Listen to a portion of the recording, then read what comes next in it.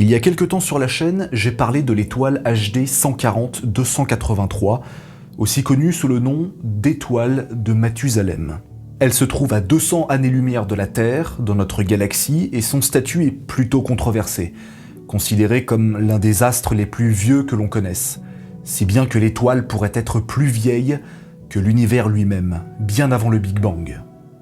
Or, une telle anomalie est parfaitement impossible. Si elle tient cette réputation, c'est parce que la fourchette de l'estimation de son âge est extrêmement large, de plus de 800 millions d'années. Et l'estimation la plus favorable, la plus lointaine, c'était 14,5 milliards d'années, c'est-à-dire plus vieux que le Big Bang lui-même. Mais si les chiffres ont été réajustés depuis, certains médias n'avaient pas encore saisi la nuance, et donc ils restaient un petit peu dans cette ambiguïté mystérieuse. Alors qu'en fait c'était juste une erreur de calcul. Et comme HD 140-283 est très proche de la Terre, il est tout à fait probable que d'autres étoiles à l'autre bout du cosmos soient encore un petit peu plus vieilles qu'elle. Mais plutôt que de savoir quelle étoile est née en premier, on pourrait aussi se demander quelle étoile mourra en dernier. C'est très sérieux ce que je vous dis là parce que le nombre d'étoiles qui sont créées dans les nuages de gaz et dans les nébuleuses baisse au fur et à mesure que les milliards d'années s'écoulent. Dans la grande famille de la classification stellaire, vous en avez de toutes sortes. Le Soleil est une naine jaune dans la séquence principale. Il en existe des plus petites, mais également des plus grandes, des géantes, voire supergéantes, très massives et lumineuses, qui explosent en supernova à la fin de leur vie. Les étoiles ne sont rien d'autre que des gigantesques réacteurs thermonucléaires qui font fusionner de l'hydrogène. C'est en quelque sorte leur carburant et ils se vident petit à petit au fur et à mesure que l'étoile produit de la lumière. Leur durée de vie dépend entièrement de leur masse. Et en partant de ce principe, on constate un paradoxe un peu contre-intuitif. Comme tous les paradoxes en fait. L'eau ça mouille, le feu ça brûle. Une étoile massive possède énormément d'hydrogène. Mais plus elle est massive, moins elle vit longtemps. Et ouais, c'est la douille. On parle de réaction en chaîne. Une supergéante pesant 30 fois la masse du Soleil va avoir logiquement 30 fois plus de carburant. Mais la combustion nucléaire est beaucoup plus rapide et la température de surface et dans son cœur augmente. A l'inverse, une étoile très peu massive avec peu de carburant aura moins de puissance pour le consommer. Donc, moins tu as de carburant à fusionner, plus tu vis longtemps. C'est contre-intuitif et pourtant c'est totalement cohérent. D'ailleurs, il est possible de calculer la vie d'une étoile en fonction de sa masse, l'unité de référence étant le Soleil. Ce dernier a une espérance de vie active de 10 milliards d'années, et il lui reste encore 5 milliards au compteur. Les supergéantes de plusieurs dizaines de masses solaires peuvent être 100 000 fois plus lumineuses que le Soleil, ce qui veut dire que l'hydrogène est fusionné très rapidement. Les plus gros astres du cosmos ne peuvent vivre que 10 à 30 millions d'années. Entre l'extinction progressive des dinosaures et l'époque moderne, des supergéantes ont eu le temps de naître, vivre, puis mourir dans le panache d'une supernova et devenir une soupe de neutrons ou un trou noir. C'est un laps de temps ridicule à l'échelle de l'univers, un battement de cils cosmique. Mais plus on réduit la masse, plus on se dirige vers des objets incroyablement stables. Arrivent maintenant les candidates du jour, les naines rouges. Alors j'en ai déjà parlé plusieurs fois, mais pas au point d'en faire une vidéo complète dessus. Et naines, c'est pas un vain mot. Elles sont 10 fois plus petites que le Soleil et 1000 fois moins volumineuses. Ce sont les étoiles les plus faibles de l'univers. Seules les naines brunes sont moins conséquentes. Cependant, ces dernières ne sont pas considérées comme de véritables étoiles, mais plutôt comme des astres ratés, zombies, qui ont échoué à briller grâce à la fusion thermonucléaire et condamnés à errer dans l'espace pendant un laps de temps infini. Les naines rouges sont juste au-dessus de la limite, tout juste capables de produire un tant soit peu de la lumière. Si le Soleil était remplacé par une naine rouge, la Terre recevrait 100 fois moins de rayons lumineux et la vie telle que nous la connaissons actuellement n'existerait pas. Et la taille de cette étoile dans le ciel serait également minuscule. Elles sont à peine plus grandes que Jupiter, mais restent 80 fois plus massives. On parle quand même d'une bouillasse d'hydrogène et d'hélium dans des conditions extrêmes et avec une gravité de surface sans précédent. Mais par rapport à leurs consoeurs, elles ont beaucoup moins de carburant à disposition, mais le consomment beaucoup plus lentement. Dans le cœur de chaque étoile, la pression et la température sont si intenses que les atomes d'hydrogène collés entre eux fusionnent par groupe de 4 pour former de l'hélium. Seulement, cette transformation nécessite une perte de masse, parce que 4 atomes d'hydrogène, c'est légèrement plus lourd qu'un atome d'hélium. Et cette perte est instantanément convertie en énergie, en rayon lumineux qui peut remonter à la surface. Et ce qu'il y a de presque cheaté avec les naines rouges, c'est que cette conversion hydrogène-hélium est super lente.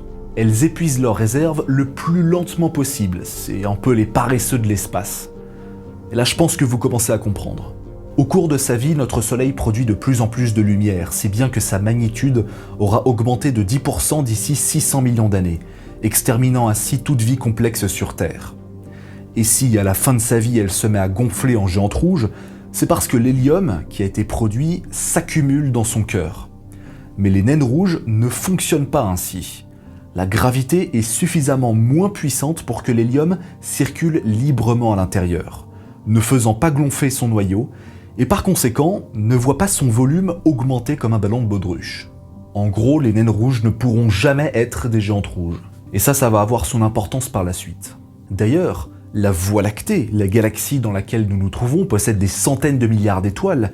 80% d'entre elles sont des naines rouges. Ce qui est plutôt logique parce que ça nécessite moins d'énergie à former dans un nuage de gaz qu'une supergéante des centaines de fois plus massive. Mais comme leur luminosité est très faible, elles ne sont pas visibles à l'œil nu depuis la Terre. Proxima du Centaure, l'étoile la plus proche de nous, est une naine rouge. Mais par contre, elle est invisible pour notre rétine. Mais du coup, cette stabilité pourrait permettre l'apparition d'une vie extraterrestre sur des exoplanètes orbitant autour. Et pour cause, leur espérance de vie est juste démentielle et explose tous les records. Les astronomes n'ont jamais observé la phase terminale d'une naine rouge, sa fin de vie en quelque sorte. Et c'est parfaitement normal, parce que ça n'arrivera jamais dans toute l'histoire de l'humanité. Elles ont une durée de vie estimée à 10 000 milliards d'années.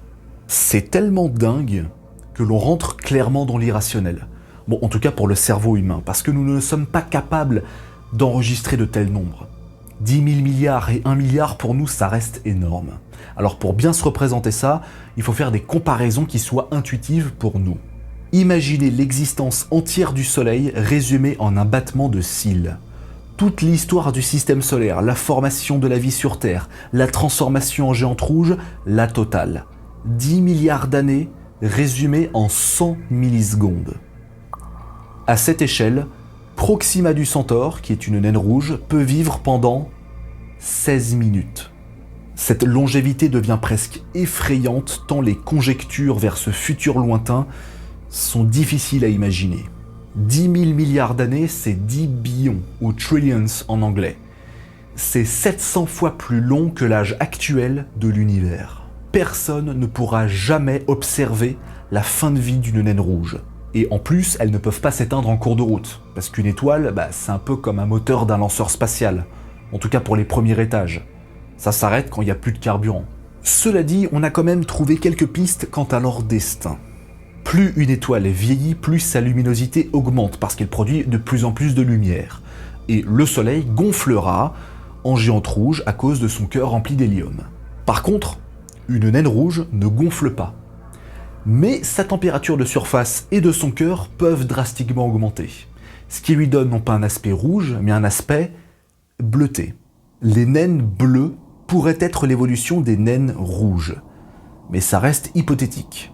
Dans tous les cas, lorsque tout son carburant sera consommé, la fusion thermonucléaire cessera, pour devenir une naine blanche, puis une naine noire. Ouais, ça fait beaucoup de naines, hein.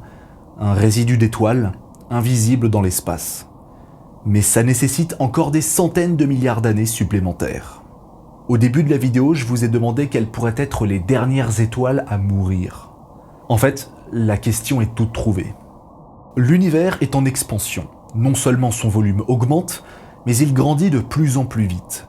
Son expansion s'accélère. Les galaxies s'éloigneront les unes des autres au fur et à mesure que les milliers de milliards d'années s'écoulent. Ce n'est pas perceptible à l'échelle humaine, mais ça va avoir des conséquences sur le futur lointain. Si jamais on se dirige vers ce scénario, si jamais cette expansion ne s'arrête pas, il n'y aura plus assez d'hydrogène dans les nuages de gaz et dans les nébuleuses pour former suffisamment d'étoiles. Les pouponnières d'étoiles n'existeront plus. Et l'estimation la plus basse, c'est-à-dire en gros la plus favorable lorsque cette nouvelle ère arrivera, c'est pour 1000 milliards d'années. Et quand ça arrivera, Proxima du Centaure, comme toutes les autres naines rouges, n'auront consommé que 10% de leur carburant. Et ouais, je vous ai dit, elles sont trop fortes. Dans un futur exceptionnellement lointain, les galaxies seront tellement éloignées les unes des autres que leurs lumières ne nous parviendront même plus. Toutes les autres étoiles seront mortes, à l'exception des naines rouges qui continueront de briller. Mais comme elles sont très peu lumineuses par rapport au Soleil, vos yeux ne pourront pas la voir dans la voûte céleste. Le cosmos sera alors plongé dans une obscurité complète, où seuls les trous noirs, les naines rouges, naines brunes et autres astres zombies un peu bizarres subsisteront. La voûte céleste sera alors complètement noire. Tout ceci n'est que spéculation, mais ça reste quand même l'estimation la plus probable pour le futur de l'univers. Un de ces quatre, j'aborderai le cas des naines noires, des astres hypothétiques zombies condamnés à errer dans un futur tellement lointain qu'on n'arrive même pas à se le représenter. En attendant, on a quand même de beaux jours devant nous. Et puis vous pouvez aussi vous abonner à la chaîne, partager mon travail, mettre un petit pouce bleu, un commentaire, activer la cloche et regarder mes autres vidéos. À la prochaine!